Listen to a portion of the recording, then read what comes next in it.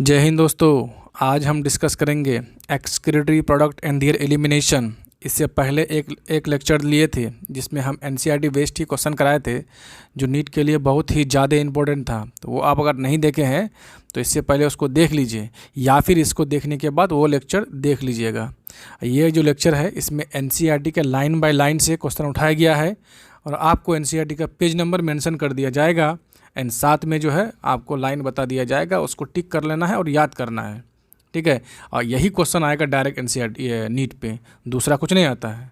Question जो बनता है एनसीईआरटी में हम सारा को पूरा से स्टडी करके कौन कौन क्वेश्चन बन सकता है, किस टाइप का बन सकता है, वो निचोड़ दे दिए हैं। आपका काम है कि इस आंसर को याद करना, क्वेश्चन को याद करना एंड एनसीईआरटी को टिक करना। तो चलो सबसे पहला क्वेश्चन देखते हैं। क्वेश्चन कह रहा है the amount of filtrate formed by the kidney per minute is 125 ml. This is cold. मतलब किडनी में जो फिल्ट्रेशन हो रहा है, फिल्ट्रेशन से जो फिल्ट्रेट बन रहा है 125 ml पर मिनट बनता है किडनी में। तो इस प्रोसेस को हम क्या बोलते हैं, इस फिल्ट्रेशन के प्रोसेस को क्या बोलते हैं? तो वो उसको बोलेंगे ग्लोमेरुलर फिल्ट्रेशन रेट। ये होता कहाँ है? तो ये देखिए, ये है आपका बोमेन्स कैप्सूल, ये है आपका बोमेन्स कैप्सूल, इसमें है ग्लोमेरुलस। यहीं पे क्या होता है, ब्लड प्लाज्मा फिल्टर्ड होता है और ये फिल्ट्रेट बोमेन्स स्पेस में जाता है। आप आंसर समझ गए होंगे, तो 2 नंबर आंसर सही है। अगला क्वेश्चन है the excretory materials in many bony fishes. Bony fish की बात कर रहा है, एक्वाटिक एम्फीबियंस की बात कर रहा है, एक्वाटिक इंसेक्ट की बात कर रहा है, are generally eliminated by diffusion across the body surface through the gills surface is. मतलब क्या हुआ कि बोनी फिश हुआ, एक्वाटिक एम्फीबियंस हुआ, एक्वाटिक इंसेक्ट हुआ, इसमें जो एलिमिनेट होता है एक्सक्रीटरी प्रोडक्ट गिल्स के द्वारा, ये एक्सक्रीटरी प्रोडक्ट होता क्या है आपको वही बताना है। तो आपका राइट आंसर होना चाहिए अमोनियम आयन। क्या होना चाहिए? अमोनियम आयन्स, यानी कि अमोनियम आयन्स के रूप में गिल्स से इसको एक्सक्रिएट आउट करता है by the process of diffusion, by the process of diffusion. Page number NCERT के 290 से लिया गया है, देखिए वहीं से ये क्वेश्चन उठाया गया है। इससे पहले वाला क्वेश्चन भी जो था ये पेज नंबर 293 से लिया गया था। ठीक है, तो यानी कि आपको पेज नंबर बता दिया गया है, आपका काम है वो इस लाइन को देखना, उसको टिक करना, और हमें पूरा उम्मीद है आप करेंगे। नेक्स्ट क्वेश्चन चलिए, बोल रहा है प्रोटोनेफ्रिडिया या फ्लेम सेल, इसी को बोलते हैं प्रोटोनेफ्रिडिया बोलो या फ्लेम सेल बोलो, are the excretory structure present in. ये जो प्रोटोनेफ्रिडिया और फ्लेम सेल है ये एक्सक्रीटरी स्ट्रक्चर किस में होता है?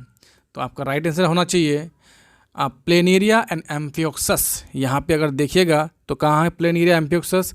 तो प्राउन कॉकरोच ये तो नहीं होगा, ये ग्रीन ग्लैंड होता है इसमें, या एंटेनल ग्लैंड्स होता है।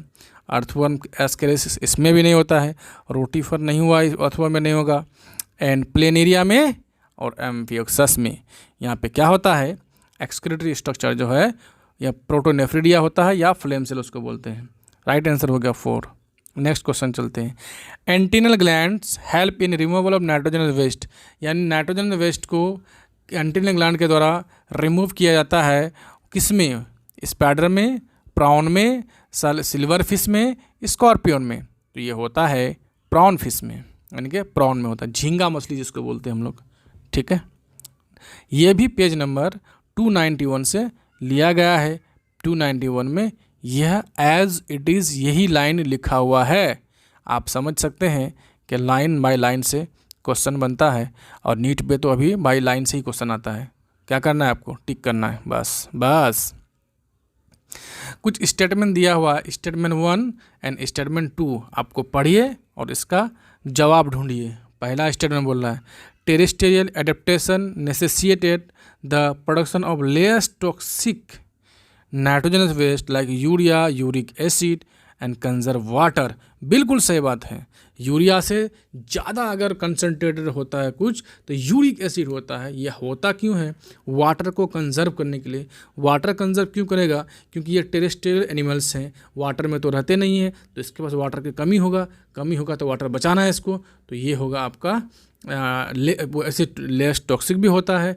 तो आखिर ये वाटर कंजर्वेशन के लिए होता है। बिल्कुल सही लाइन है, इसमें कोई डाउट नहीं है। नेक्स्ट लाइन स्टेटमेंट देखो, स्टेटमेंट बी बोला ammonia is the least toxic form and require large amount of water of elimination. ये तो बात बिल्कुल सही है कि अमोनिया को जो बहुत ज़्यादा वाटर चाहिए वो एलिमिनेट होने के लिए, बट ये लीस्ट टॉक्सिक नहीं होता है, ये मोस्ट टॉक्सिक होता है, सबसे ज़्यादा टॉक्सिक होता है। समझ रहे हैं? तो आंसर आपका क्या हो जाएगा? पहला सही, दूसरा गलत। ये कहाँ से लिया गया है? पेज नंबर 290 से लिया गया है। समझदार हैं तो आंसर 1 मारिएगा। तो चलिए आंसर 1 हो गया। नेक्स्ट चलते हैं। The renal cortex extend between medullary pyramid is, वाह वाह वाह, बहुत अच्छा क्वेश्चन है ये क्वेश्चन बार बार पूछा जाता है। ये भी पेज नंबर 292 से लिया गया है। बोल रहा है अगर ये किडनी है, ठीक है, ये क्या है? ये है आपका पेल्विस, पिरामिड जिसको बोलते हैं, सॉरी पिरामिड है ये। यहाँ पे देखो ये आउटर पार्ट जो होता है पेरीफेरी वाला, इसको कॉर्टेक्स बोलते हैं, और मिडिल बीच वाला को बोलते हैं मेडुला। तो देखो कॉर्टेक्स वाला पार्ट अंदर धंसा हुआ है, यहाँ पे भी धंसा हुआ है, अंदर धंसा हुआ है। तो इस पार्ट का नाम क्या है? यानी ऐसा कॉर्टेक्स का पार्ट जो मेडुला तक अंदर है उसको बोलते हैं column of Bertini. Very very important line है ये, बहुत बार पूछा है, इस बार मैक्सिमम चांस है कि क्वेश्चन पूछेगा। ठीक है, तो ये है पेज नंबर 292 से भी यह लिया गया है। आप स्टेटमेंट में मिलेगा आपको इसका, और फिगर में देखेंगे तो फिगर से भी समझ सकते हैं। ठीक है, नेक्स्ट क्वेश्चन चलो। The volume of blood filtered bye kidney पर मिनट विच कंस्टिट्यूट रफली 20% of blood pumped out by each ventricle of the heart is in a minute. यानी कि कितना ब्लड को वो पे पंप 25% पंप करके किडनी तक भेजता है। तो आपको पता होना चाहिए कि 25% भेजता है तो 5 लीटर का 25% कितना हो जाएगा? वो 1100 से 1200 ml हो जाएगा। तो आपका राइट आंसर है 2। ये भी पेज नंबर 293 से लिया गया है। आपको पेज नंबर 93 में टिक कर देना है, मतलब 293 वाला पेज नंबर बहुत इंपॉर्टेंट है। उसके बाद है nearly all of the essential nutrients and 70 से 80% of electrolyte and water are reabsorb in which segment of nephron. Very very important question है, मतलब मैक्सिमम एब्जॉर्प्शन नेफ्रॉन के किस पार्ट में होता है? ये भी 294 से लिया गया है। तो वो है PCT, proximal convoluted tubule.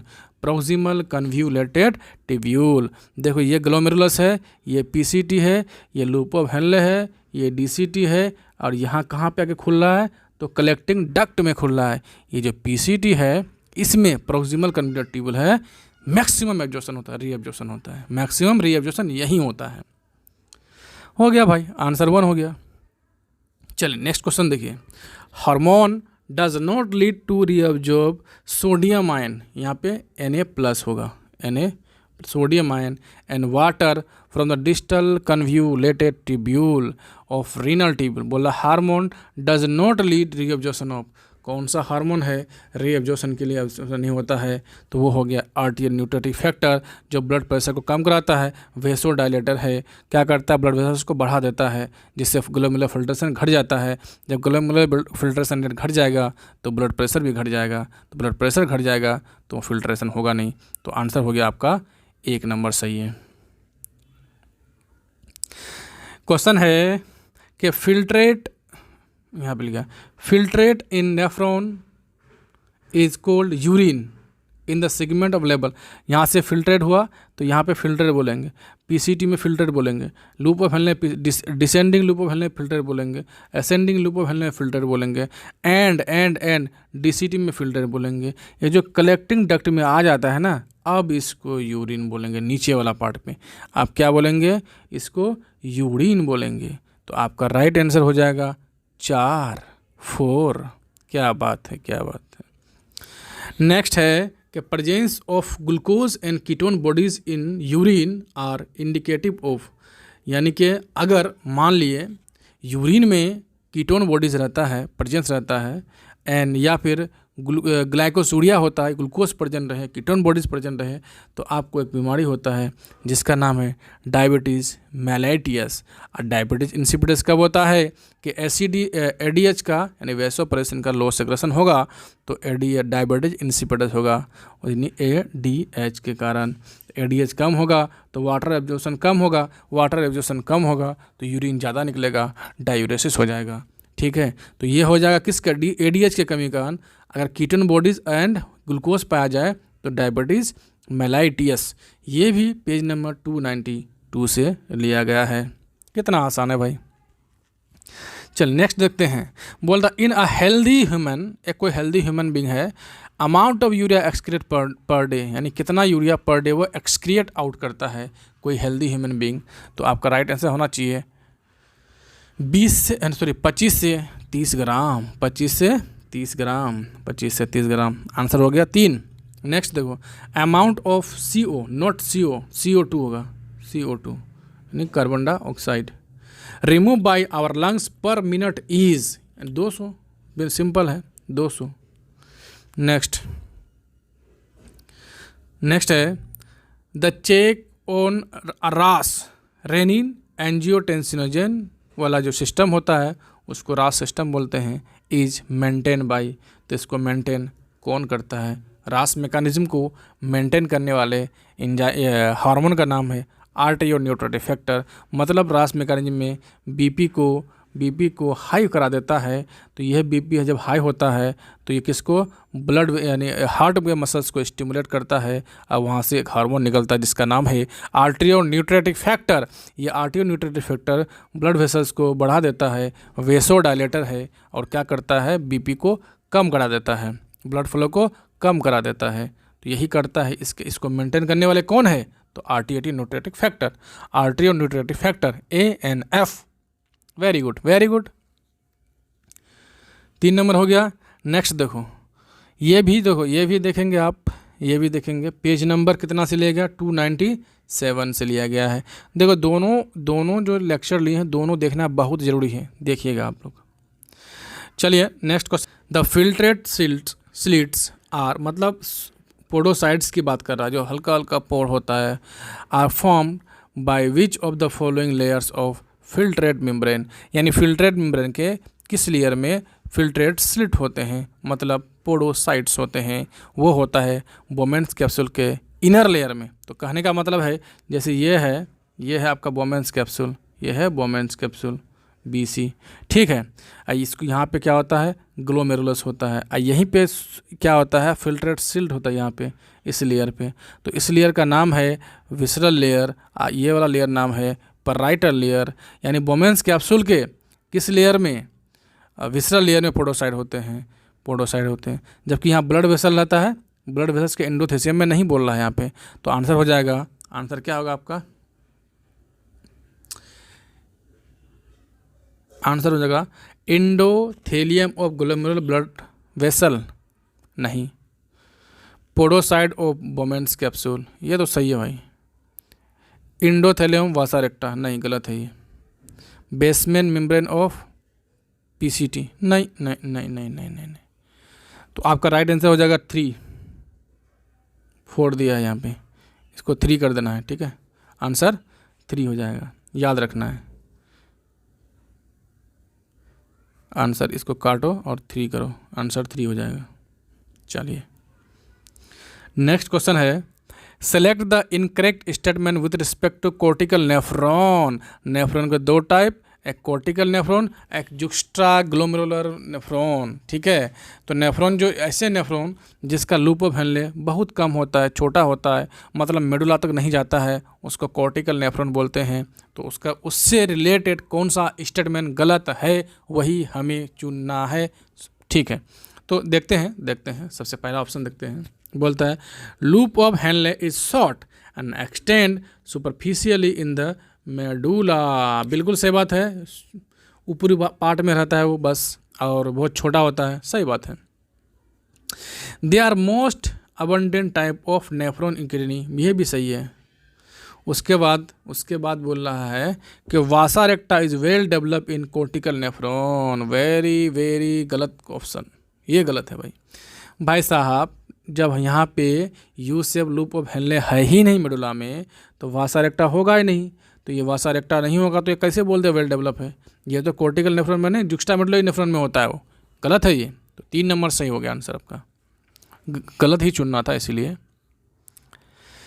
Next question पे चलिए, 17 number. Which one of the following is not cause micturition, इनमें से कौन है जो मिक्टुरेशन काउज नहीं करता है, मतलब यूरिन रिलीज काउज नहीं करता है? तो सबसे पहला स्ट्रेचिंग ऑफ यूरिनरी ब्लैडर, बिल्कुल सही बात है। Contraction of smooth muscles of bladder, बिल्कुल सही बात है। Relaxation of muscles of sphincter, बिल्कुल सही बात है। उसका है activation of stress receptor in wall of uterus, ये बिल्कुल गलत बात है। ये मिक्टुरेशन के रिस्पॉन्सिबल नहीं होता है, ठीक है। इसको होने के लिए ये होना चाहिए, ब्रेन मैसेज भेजेगा, फिर ये होगा, फिर ये होगा, फिर ये होगा। मिक्टुरेशन में इसका कोई रोल नहीं है। तो राइट आंसर क्या हुआ? क्यों नहीं है भाई साहब, क्यों नहीं? आप सोच रहे होंगे क्यों नहीं है। आंसर तो 4 है, क्यों नहीं है? क्योंकि यूरेटर में थोड़े होता है ये स्ट्रेच रिसेप्टर, ये होता है आपका यूरिनरी ब्लैडर में, ठीक है। तो आंसर तो यही हो गया। 18 नंबर देखिए, the medullary intestinal fluid has a very high osmolarity which is maintain by, तो इसको मेंटेन कौन करता है? कि मेडुलरी इंटेस्टाइनल फ्लूइड में जो है ऑस्मोलरिटी वेरी हाई होता है, इसको मेंटेन करते कौन हैं? तो मेंटेन करने वाले हैं, पढ़ते हैं एक एक स्टेटमेंट को फिर समझते हैं। बोलता है movement of urea from collecting duct to into medullary interstitium, ठीक है। मूवमेंट ऑफ एनएसएल नहीं, मूवमेंट नहीं, यही सही हो। क्यों? जैसे कलेक्टिंग डक्ट है, यहाँ पे क्या लूप ऑफ हेनले होता है, ये असेंडिंग लूप ऑफ हेनले है, यहाँ से यूरिया आता है, इसमें जाता है, फिर इसी तरह डीसीटी के थ्रू इसमें आता है, फिर यहाँ पे एक साइकिल में चलता रहता है, इसी से ऑस्मोलरिटी को मेंटेन करता है। तो आपका राइट आंसर हो जाएगा 1 नंबर। नेक्स्ट देखो, the release of renin from juxtaglomerular cell is triggered in response to, यानी रेनिन को सिक्रेशन के लिए कौन ट्रिगर करता है, कौन रिस्पॉन्स होता है? तो fall in glomerular filtration rate, glomerular filtration rate अगर कम हो जाता है तो क्या करता है? जुक्स्टाग्लोमेरुलर सेल को एक्टिवेट करता है और रेनिन रिलीज करता है, और उसका ब्लड वेसल्स को कॉन्ट्रैक्ट करा देता है, और उससे क्या हो जाएगा? ग्लोमुलर फिल्ट्रेशन रेट बढ़ जाता है। तो इसको ट्रिगर करने वाले कौन है? जो ग्लोमुलर फिल्ट्रेशन रेट कम होता है, जुक्स्टाग्लोमेरुलर सेल एक्टिवेट होता है एंड वो ट्रिगर होता है और रेनिन से रिलीज करता है, बस यही तो है। नेक्स्ट है कि mark the incorrect statement with respect to counter current mechanism, counter current mechanism के रिस्पेक्ट में कौन सा स्टेटमेंट इनकरेक्ट है? पहला देखो, osmolarity of filtrate increase while moving down the descending loop of Henle, osmolarity of filtrate increase while moving down the, osmolarity increase नहीं करेगा, उसका फिल्ट्रेट का कंसंट्रेशन इंक्रीज करेगा। ये तो पॉइंट भाई साहब नहीं, एक minute. Osmolarity of the filtrate increases while moving down the descending loop of Henley, बिल्कुल सही बात है, क्योंकि वाटर बाहर हो जाता है तो डिसेंडिंग लूप में तो उसका ऑस्मोलरिटी फिल्ट्रेट का बढ़ते जाएगा, जितना बढ़ते 1200 हो जाएगा नीचे, बिल्कुल सही है। दूसरा देखो, दूसरा बोल रहा है there will be no urine formation in loop of Henle is absent in mammalians nephron, गलत बात है, यूरिन का फॉर्मेशन होगा। आंसर यही गलत है, मतलब यही सही होगा, क्योंकि हमें इनकरेक्ट स्टेटमेंट चूज करने बोला है। तो आंसर हो जाएगा 2 हो गया। नेक्स्ट देखो, क्वेश्चन है कि which of the following animal are not uricotelic, इनमें से कौन सा एनिमल है जो यूरिकोटेलिक नहीं है? तो भाई रेप्टाइल्स एंड बर्ड्स बिल्कुल है, बर्ड्स एंड स्नेल एंड उसके बाद क्या है? Land snail and terrestrial insect, aquatic insect and marine fishes. तो एक्वाटिक इंसेक्ट और मैराइन फिश जो होते हैं ये सारे के सारे अमोनिया रिलीज करते हैं, अमीनोटेलिक है, नॉट यूरिकोटेलिक। तो यही आंसर है सही, ये अमोनिया रिलीज करते हैं, अमोनिया। अमेनोटेली बोलेंगे इसको। क्या बात है, क्या बात है, आंसर 4 हो गया। नेक्स्ट है कि which of the following can not be considered as a point of difference between cortical and juxtamedullary nephron. बोल रहा है कि इनमें से कौन डिफरेंस को कंसिडर नहीं करता है। तो सबसे पहला देखिए कि मतलब कहने का मतलब यहाँ पे है कि जुक्स्टाग्लोमेरुलर नेफ्रॉन एंड कॉर्टिकल नेफ्रॉन में क्या डिफरेंसेस नहीं है। मतलब 3 डिफरेंसेस होंगे, एक डिफरेंसेस नहीं होंगे, सिंपल बात है। बोलता है दियर नंबर, बिल्कुल सही बात है। जो जुक्स्टाग्लोमेरुलर ज़्यादा कम होता है और कॉर्टिकल ज़्यादा होता है, तो नंबर में तो डिफरेंस है, तो ये सही है। दूसरा, length of loop of Henley, बिल्कुल सही बात है। जुक्स्टाग्लोमेरुलर में रिड्यूस होता है, कॉर्टिकल में रिड्यूस होता है, लगभग नहीं होता है, जबकि जुक्स्टामेडुलर में ये डीपली किस पे रहता है, मेडुला में रहता है। तो ये तो डिफरेंसेस है, तो ये भी सही है। प्रेजेंस ऑफ वासा रेक्टा, सही बात है। जुक्स्टामेडुलर में वासा रेक्टा होता है, जबकि कॉर्टिकल में नहीं होता है, तो ये भी डिफरेंस है। Presence of peritubular capillary, peritubular capillary 2 type के होते हैं, एक होता है पीसीटी होता है, प्रोक्सिमल नहीं, पेरीट्यूबुलर कैपिलरी में क्या एब्सेंस, सॉरी हाँ, प्रेजेंस ऑफ पेरीट्यूबुलर कैपिलरी दोनों में होता है भाई। पेरीट्यूबुलर कैपिलरी जो होता है, जो इसे यह है क्या आपका ग्लोमेरुलस हो गया, यानी कि ग्लोमेरुलस में हो गया ये वाला, इसमें बोन्स कैप्सूल हो गया, पीसीटी हो गया, लूप ऑफ हेनले हो गया, डीसीटी हो गया, खुलेगा इसमें जाके, वो किसमें, कलेक्टिंग डक्ट में। यहाँ पे एफरेंट आया, इफरेंट गया, यही जाके पीसीटी ये क्या पेरीट्यूबुलर कैपिलरी बना लेता है, ताकि इसको रीअब्जॉर्प्शन कर सके, ठीक है, वाटर का कंजर्वेशन कर सके। तो दोनों में होता है भाई साहब, तो आंसर 4 तो सही है भाई। तो होता है बट ये कोई डिफरेंस नहीं है, ठीक है, दोनों में होता है, आंसर 4 हो गया। नेक्स्ट है angiotensin second is responsible for all the following except. Angiotensin second जो है सबके लिए रिस्पॉन्सिबल है, किसको छोड़ के।